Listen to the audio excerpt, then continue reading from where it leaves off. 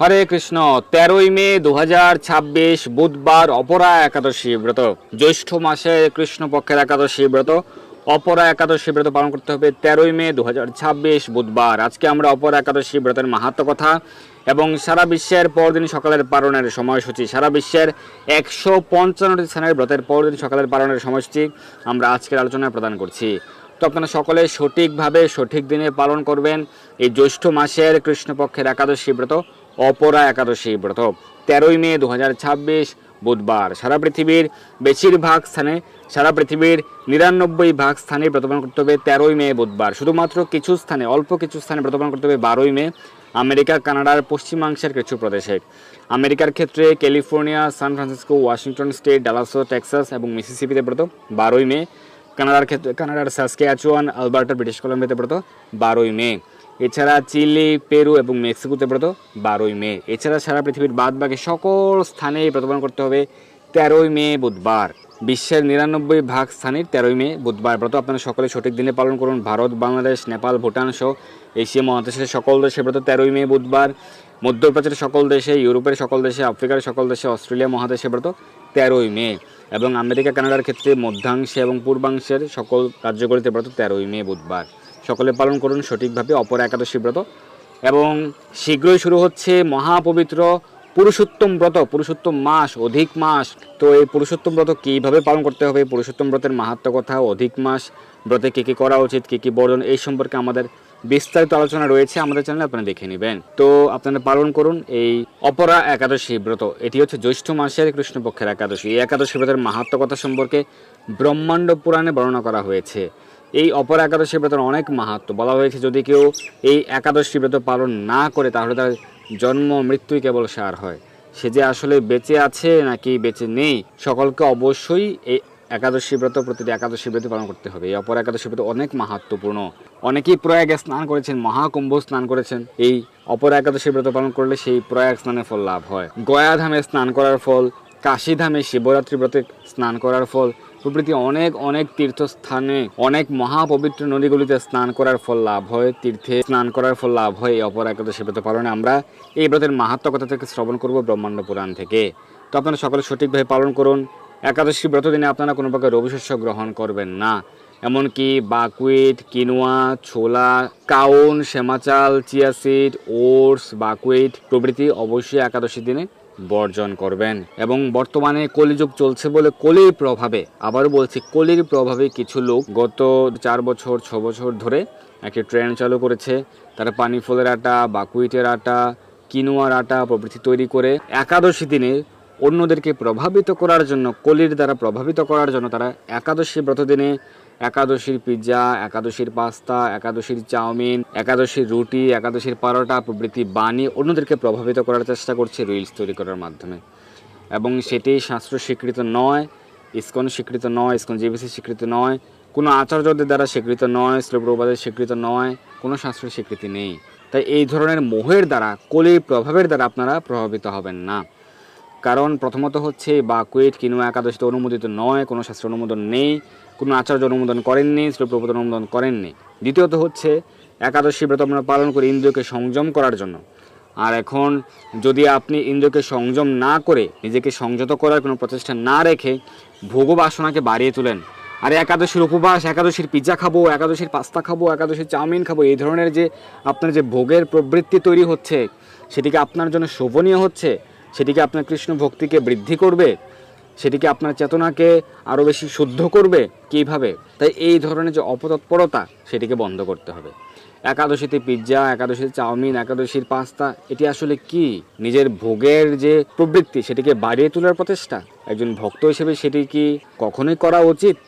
একাদশী দিনে ভগবানের নাম করবেন নাকি একাদশী দিনে কি খাবো, একাদশীর পিৎজা খাবো, একাদশীর পরোটা খাবো, একাদশীর পানি ফলের আটা খাবো প্রবৃত্তি করার মাধ্যমে ভগবান থেকে দূরে সরে যাবেন? কোনটি করা উচিত? ভগবানের কাছে থাকা নাকি ভগবান থেকে দূরে সরে যাওয়া? উপবাস মানে হচ্ছে ভগবানের নিকটে থাকা, যত বেশি সম্ভব ভগবানের নিকটে থাকা। একাদশীর উপবাসে যদি কেউ নির্জল উপবাস করতে না পারেন, আপনি পর্যাপ্ত পরিমাণে ফলমূল গ্রহণ করুন। ফলমূল, ফল, জল, দুধ, কাঠবাদাম প্রভৃতি গ্রহণ করুন। সেটিও সম্ভব না হলে একাদশী সবজি, একাদশী পায়েস গ্রহণ করুন। আপনি সীমিতভাবে অনুকল্প প্রসাদ গ্রহণ করে একাদশী ব্রতটি পালন করুন। যারা একেবারেই না খেয়ে ব্রত পালন করতে পারছেন না, সীমিতভাবে অনুকল্প প্রসাদ গ্রহণ করুন। সেটি একবেলা হতে পারে, দুবেলা হতে পারে। কিন্তু একাদশী দিনে আপনি পিৎজা খাবেন, পাস্তা খাবেন, বা কুইটের খিচুড়ি, কিনোয়ার খিচুড়ি, একাদশীর পরোটা, একাদশীর চাউমিন প্রভৃতি দ্বারা আপনার কোনো আধ্যাত্মিক উন্নতি হবে না। তাই এই বিষয়গুলিকে অবশ্যই নজরে রাখবেন যে কোনগুলি আমাদের করা উচিত, কোনগুলি করা উচিত নয়। আপনি কখনোই মন্তব্য বক্সে লিখবেন না যে অমুকে সেটি করছে, প্রভু আমি দেখেছি অমুক মন্দিরে, আমি দেখেছি অমুক মাতাজি ভিডিও তৈরি করছে, অমুক প্রভু ভিডিও তৈরি করছে একাদশীর চাউমিন, অমুকে সেটি করছে, তমুকে সেটি করছে, এই ধরনের কোনো প্রকার মন্তব্য করবেন না। কারণ অমুকে কী করছে বা তমুকে কী করেছে, অমুক স্থানে কি হয়েছে, তমুক মন্দিরে কি দিয়েছে প্রসাদ, সেটির উপর কোনো সিদ্ধান্ত নির্ভর করে না। আমাদের সিদ্ধান্তগুলি, সনাতন শাস্ত্রীয় সিদ্ধান্তগুলি সাধু শাস্ত্র গুরু বাক্য, এটি হচ্ছে শিরোধার্য। তো সেই ক্ষেত্রে আমাদের আচার্যগণ কি বলেছেন, কোনো আচার্য অনুমোদন করেছেন কিনা, কোনো শাস্ত্র অনুমতি রয়েছে কিনা, আপনার গুরুদেব অনুমতি প্রদান করেছেন কিনা, শ্রী প্রভুপাদ অনুমতি প্রদান করেছেন কিনা, এই বিষয়গুলোকে আপনি নজরে রাখবেন। অমুকে কী করেছে, তমুকে কী করেছে, সেটি প্রেফারেবল নয়। তো আপনি সঠিকভাবে প্রতিটা একাদশী ব্রত পালন করুন, এই অপরা একাদশী ব্রত সঠিকভাবে পালন করুন। এখন আমরা এই অপরা একাদশী ব্রতের মাহাত্ম্য কথা শ্রবণ করব ব্রহ্মাণ্ড পুরাণ থেকে। এরপর সারা বিশ্বের পালনের সময়সূচি আমরা প্রদান করছি। তো মহারাজ যুধিষ্ঠির ভগবান শ্রীকৃষ্ণকে বললেন যে হে কৃষ্ণ, জ্যৈষ্ঠ মাসে কৃষ্ণপক্ষে একাদশীর নাম কি এবং তার মাহাত্ম্যই বা কী, আমি শুনতে ইচ্ছা করি, আপনি অনুগ্রহ করে তা বর্ণনা করুন। শ্রীকৃষ্ণ বলেন, হে মহারাজ, মানুষের মঙ্গলের জন্য আপনি উত্তম বিষয়ে প্রশ্ন করেছেন। বহু পুণ্য প্রদানকারী, মহাপাপ দূরকারী এবং পুত্র দানকারী এই একাদশী অপরা নামে খ্যাত। এই একাদশী ব্রত পালনে সন্তান লাভ হয়ে থাকে। এই ব্রত পালনকারী ব্যক্তি জগতে প্রসিদ্ধি লাভ করে, সকল প্রকার গুরুতর পাপ দূর হয়ে যায় এই একাদশী ব্রত সঠিকভাবে পালন করলে। যারা মিথ্যা সাক্ষ্য দান করে, ওজন বিষয় ছলনা করে, শাস্ত্রের মিথ্যা ব্যাখ্যা প্রদান করে, জ্যোতিষের মিথ্যা গণনা এবং মিথ্যা চিকিৎসায় রত থাকে, এই ব্রত পালনে তারা সমস্ত পাপ থেকে মুক্ত হয়। আরেক দল ব্যক্তি রয়েছে যারা বলে থাকে যে সধবা মায়েরা একাদশী করতে পারবে না, শাস্ত্রের মিথ্যা ব্যাখ্যা প্রদান করে, তারা কিন্তু মহাপাপী। যারা বলে থাকে অমুক একাদশী করতে পারবে না, তমুক একাদশী করতে পারবে না, তারা হচ্ছে মহাপাপী।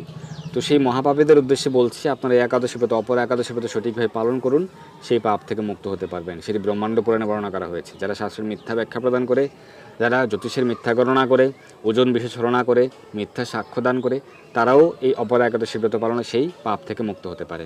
ক্ষত্রিয় যদি স্বধর্ম ত্যাগ করে পালিয়ে যায় তবে সে ঘোরতর নরকগামী হয়, কিন্তু সেও যদি একাদশী ব্রত পালন করে তাও সে স্বর্গগতি লাভ করে। এখন বিভিন্ন ব্রতের মাহাত্ম্য, বিভিন্ন তীর্থস্থানের মাহাত্ম্য, তীর্থে বিভিন্ন পবিত্র নদীতে স্নানের মাহাত্ম্যের সঙ্গে এই একাদশী ব্রত পালনের যে উপমা প্রদান করা হয়েছে, তুলনা করা হয়েছে, যে আপনি গয়া, কাশী, প্রয়াগে স্নান করছেন, তার থেকে আপনি বেশি ফল লাভ করবেন এই একাদশী ব্রত পালনে। মকর রাশিতে সূর্য অবস্থানকালে মাঘ মাসে প্রয়াগে স্নান করলে যে ফল লাভ হয়, তো সেই প্রয়াগ স্নান কিন্তু প্রতি বছর মাঘ মাসে মাঘ মেলা হয়ে থাকে প্রয়াগে। সেখানে লক্ষ লক্ষ সাধু সন্ন্যাসীগণ তারা সেখানে গিয়ে এই মাঘ স্নান করে থাকেন প্রয়াগে। তো এই যে মাঘ মাসে প্রয়াগে স্নান করলে যে ফল লাভ হয়, এই অপর একাদশী ব্রত পালনে সেই ফল লাভ হয়ে থাকে।